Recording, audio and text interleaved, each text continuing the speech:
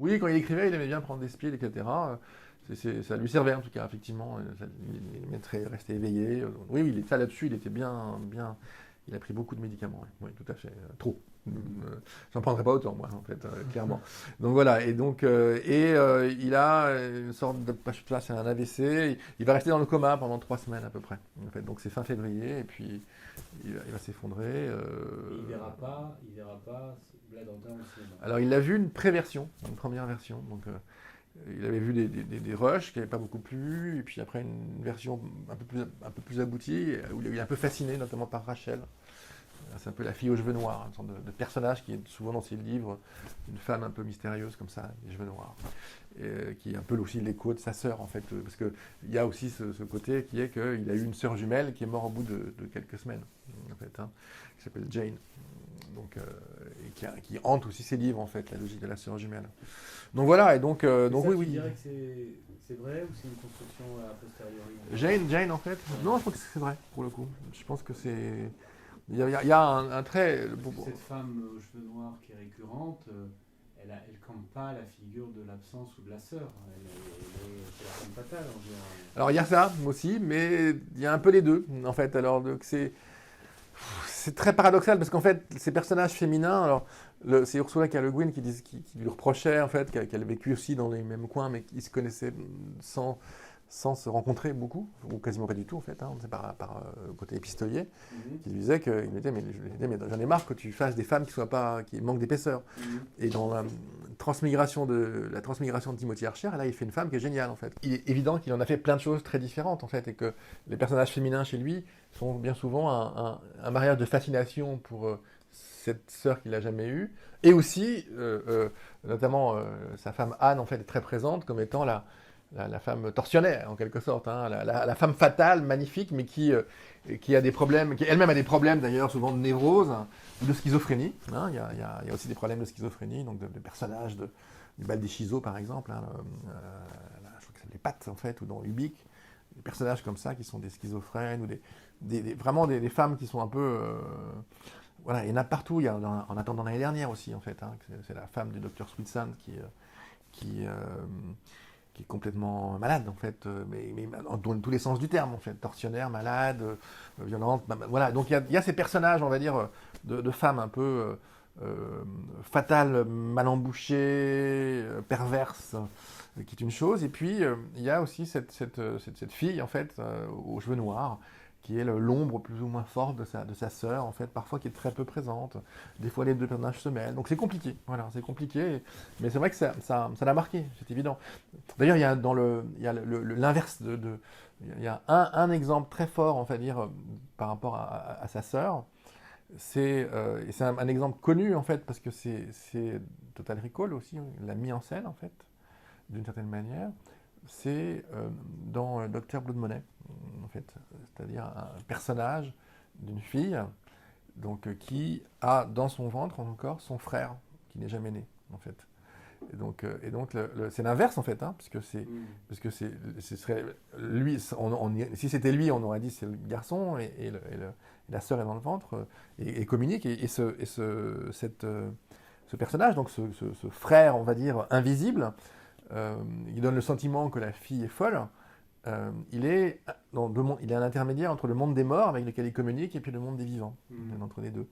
Et donc là, c'est très clairement l'écho renversé en fait de sa sœur, Mhm. voilà, qui n'a jamais vu le jour, Mhm. et de la fascination qu'il a aussi dans le rapport à la réalité, voire à la mort en fait, hein, Mhm. donc entre les deux. Sur la parano donc, que tu as évoquée, là, il avait la trouille de Nixon. C'est une parano qui était vraiment une folie ou est-ce qu'il a eu il n'a pas été suivi par le FBI, il n'a pas été considéré comme un Oh, bah, il y a psychopathe. une nouvelle fois, c'est très bien raconté par Laurent Kessy, et très bien, y compris lorsqu'il a réédité les nouvelles, en fait, il a fait une sorte de biographie, voilà, donc, qui est très bien raconté. Mais il a rencontré, à un moment donné, il le raconte très souvent, des agents du FBI, en fait, hein, avec qui il est plus ou moins devenu ami, qui voulait qu'ils deviennent, qu'ils puissent les aider à repérer les communistes, en fait. Mais c'était bizarre, parce qu'en même temps, ça lui faisait peur, et en même temps il discutait avec eux, c'était des êtres humains en fait, hein, Mm. et donc il y a notamment avec l'un de ces agents du FBI, il y a une sorte de drôle de relation. Bon, lui, là, il est certain en fait qu'il était surveillé. Voilà, il est absolument sûr et certain. Dans des interviews, il le dit très clairement. Et il revient souvent sur un épisode, notamment dans les interviews qu'on a fait en France, lorsque Patrice Duvic l'a interviewé. Et il a été interviewé aussi en amont du Festival de Metz, où il était en 1977. Et il explique vraiment comment, pour lui, il a réellement été cambriolé. Il est persuadé, il pense que c'est vraisemblablement, effectivement, si ce n'est le FBI, la CIA, en tout cas, que c'est vraiment le gouvernement américain, les agences du gouvernement américain, qui ont organisé en quelque sorte ce vol. Et donc c'est vrai que les logiques de contrôle sont très présentes dans beaucoup de ces romans, en fait, hein. Le contrôle ou d'autocontrôle, c'est-à-dire que le truc qui est fascinant en fait, donc dans le Scanner Darkly, donc à la fois le film et le roman Substance Mort, c'est que le personnage central, Bob, c'est un agent des stupes qu'on va charger de se surveiller lui-même. Donc il va piloter le fait que l'agent des stupes va mettre des caméras partout dans la maison où il est avec des drogués, des hippies, etc. Et l'idée, c'est vraiment, comme il a un complet brouillé, on sait, les agents des stupes ne savent pas qui il est, quoi. Il n'est pas reconnaissable, donc il est chargé de se surveiller lui-même, en quelque sorte, on va dire. On passe de Big Brother à l'auto-Big Brotherisation du monde. Chacun devient son propre Big Brother, ce qui est tout à fait le cas, en fait, d'aujourd'hui. En fait. Et chacun devenant son propre Big Brother, c'est comme il doute. Philippe Cadic, il a le sentiment d'être contrôlé, il déteste en fait, il l'appelle Ferris Fremont, c'est dans Radio Libre Albermut, en fait, c'est le FFF, en fait, hein, donc c'est le signe du diable, et pour lui Nixon c'est le diable en fait, et Nixon pour lui c'est comme l'URSS, hein, c'est le stalinisme en fait, c'est la marque d'un pouvoir de contrôle absolu sur les êtres, sur les gens, sur ce qu'ils pensent, et dans ses conférences il le dit très très bien, c'est-à-dire cette logique de contrôle par des objets technologiques, par des mécanismes voilà, c'est très très présent du début à la fin. C'est-à-dire qu'il y a ce fameux Sweeble dans une des nouvelles de Dick, je crois qu'il y a Visite d'entretien, qui est une machine, ben voilà, c'est la servitude volontaire, c'est que c'est une technologie, hein, c'est une technologie, à la fois on sent qu'il y a de l'IA dedans, mais il y a aussi de la biosynthétique, hein, c'est une sorte d'amique, de protozoaire, machin, voilà, donc c'est toujours un mélange de biologie et d'informatique, hein, chez lui.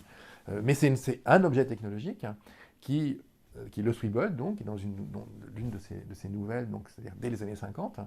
Et ce Sweeble, c'est ce qui transforme l'obéissance à une idéologie, quelle qu'elle soit, idéologie d'entreprise, idéologie du pouvoir Amerloc, tout type d'idéologie, en problème de réparation. En fait, hein. C'est-à-dire, bon, voilà, il y a un réparateur de Sweeble, si on peut, et qui est le système qui nous permet tout simplement d'obéir à la logique idéologique.